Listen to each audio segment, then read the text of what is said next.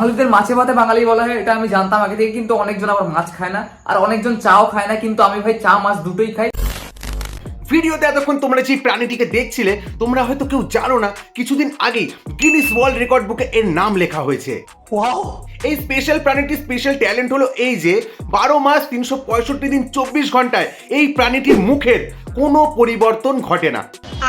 দিন থেকে শুরু করে রাত অবধি, জাগা থেকে শুরু করে শোয়া অবধি, খাওয়া থেকে শুরু করে হাগা অবধি এই প্রাণীর মুখের এক্সপ্রেশন একই থাকে। বিষয়টা একটু ব্যাখ্যা করবে? সাধারণত এই প্রাণীগুলি সাউথ আফ্রিকার ঘন জঙ্গলের পচা ডোবার কালো জলে ভেসে থাকতে দেখা যায়।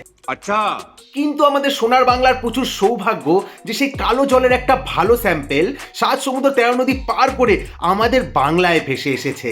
এইটাও সম্ভব? তো এই শামুক পচা স্যাম্পেলটির নাম হলো ছাপরি ভাই।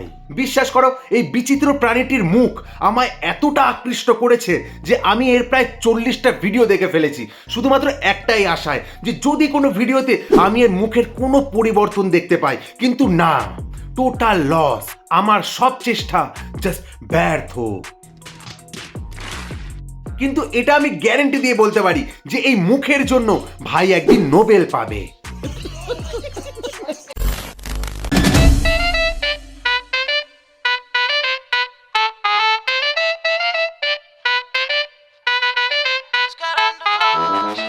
So hey guys, welcome to my channel, welcome to बवाल मैन। আজকের ভিডিওতে আমি কথা বলবো আমাদের সবার প্রিয় ফকরি ভাই। क्या बोला तूने? ও সরি, ছাপড়ি ভাইকে নিয়ে। তাহলে চলো আর বেশি ভাট না বকে ভাইয়ের ভিডিও দেখা যাক। লেটস বওয়াল। জিজ্ঞেস করার আগে আমি তোমাদের এ তোর মাথাকে ফাটালো রে, এই গাঁড়ে মেরেছে। এ তো পেশেন্ট রে বাড়া, একে নিয়ে কি ভিডিও বানাবো?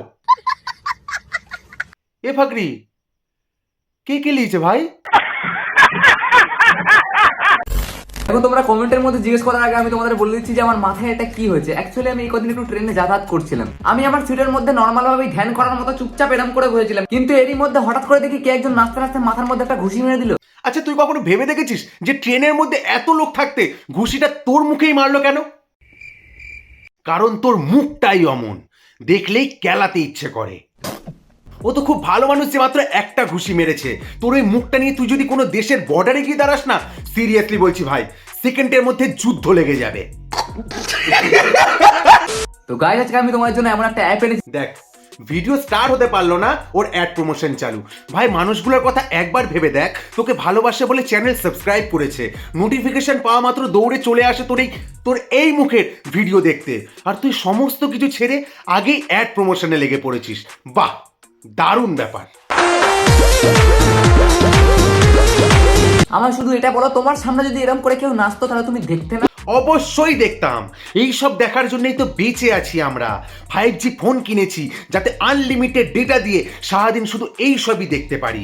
কেন, তুই দেখিস না নাকি তো ননটা বাকি ঘন্টা বাজানো বন্ধ করে দিয়েছে? কাকুর দোষ শুধু এটুকুই ছিল যে ভুল বশত সে একটু আপ ডাউন করে ফেলেছিল। কাকুর তো শুধু চোখ আপ ডাউন হয়েছে, কিন্তু ভিডিও দেখে তোর যে কি আপ ডাউন হয়েছে সেটা তোর ওই ঘুলু ঘুলু চোখের ঢুলু ঢুলু মনি দেখেই বোঝা যাচ্ছে। তো প্রথমে ট্রেনের ভেতর থেকে শুরু না করে আমরা প্রথমে শুরু করবো হচ্ছে প্ল্যাটফর্মের মধ্যে দিয়ে। ট্রেনের ভেতর কার কাছে কেলানি খেয়েছে সেই গল্প বিস্তারিত ভাবে বলে দিল। ট্রেনের ভেতর লাল লাল মামুনি ঝাল ঝাল ডান্স দেখিয়ে দিল। ট্রেনের ভেতর কাকুর চোখ কি দেখে আপ ডাউন করেছে সেইটাও বলে দিল। এত কিছু বলার পর এখন বলছে প্রথমে ট্রেন থেকে শুরু না করে প্ল্যাটফর্ম থেকে শুরু করি। বাহ বাহ বাহ, কোন গ্রহ থেকে এসেছিস তুই? তবে মানুষ এই জিনিসগুলোর বিরুদ্ধে প্রতিবাদ না করলেও কি আছে, বজরং বলি আছে। তবে পেছনে একটা হালকা করে কামড় দিলে মনে হয় এদের শিক্ষা হবে। পেছনে একটা হালকা করে কামড় দিলে মনে হয় এদের শিক্ষা হবে। ওই ঝাঁটুর ঝাঁট, এই মাত্র যাকে বজরংবলী মানে ভগবানের সাথে তুলনা করলি, তার সম্পর্কে কি বললি এটা? ওই বাঁদরটা কারো পেছনে কামড়াবে কিনা জানি না, কিন্তু তুই যদি এইরকম কথাবার্তা বলিস তাহলে লোকে খুব তাড়াতাড়ি তোর পেছন ফাটাবে, এইটুকু গ্যারান্টি দিয়ে বলতে পারি।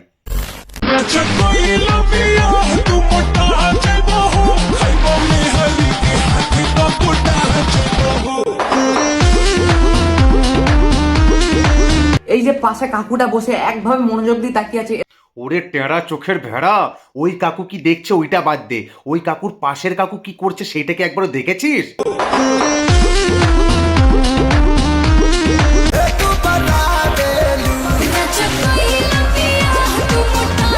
তবে তোমরা কি ভাবছো যে এই বিষয়ে শুধু মেয়েরাই এক্সপার্ট? সেটা তোমাদের একদম ভুল ধারণা। আমরাও ছেলেরাও টক্কর দিতে নেমে পড়েছি মাঠের মধ্যে এখন।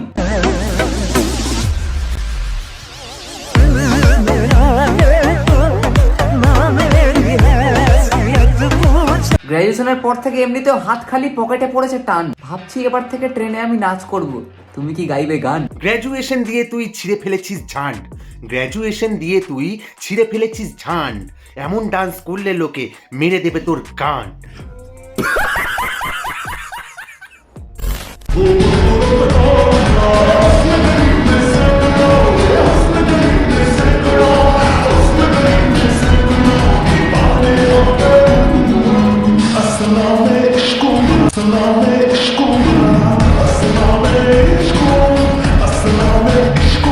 আরে কাকু, এই দিদির রগত দেখতে দেখতে তোমার দেখবে কোন সময় স্টেশন ফেলে চলে গেছে, তোমায় আবার ব্যাকে আসতে হবে।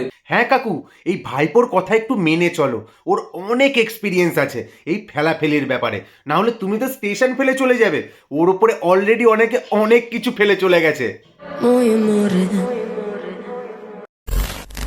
ভিডিওটাকে শেষ করবার আগে আমি তাকে দেখাতে চাই যার হাতের ঘুষি খেয়ে আমার মাথাটা এরকম পুশির মতো হয়ে গেছে। তোর মাথা পুশির মতো হয়েছে কিনা জানি না, কিন্তু ঘুষি খেয়ে তোর মুখটা পুশির মতো নিশ্চয়ই হয়েছে। আর যে কোনো মুহূর্তে সেখান থেকে হিসিও বেরিয়ে যেতে পারে, তাই ওটাকে এবার বন্ধ করে রাখ।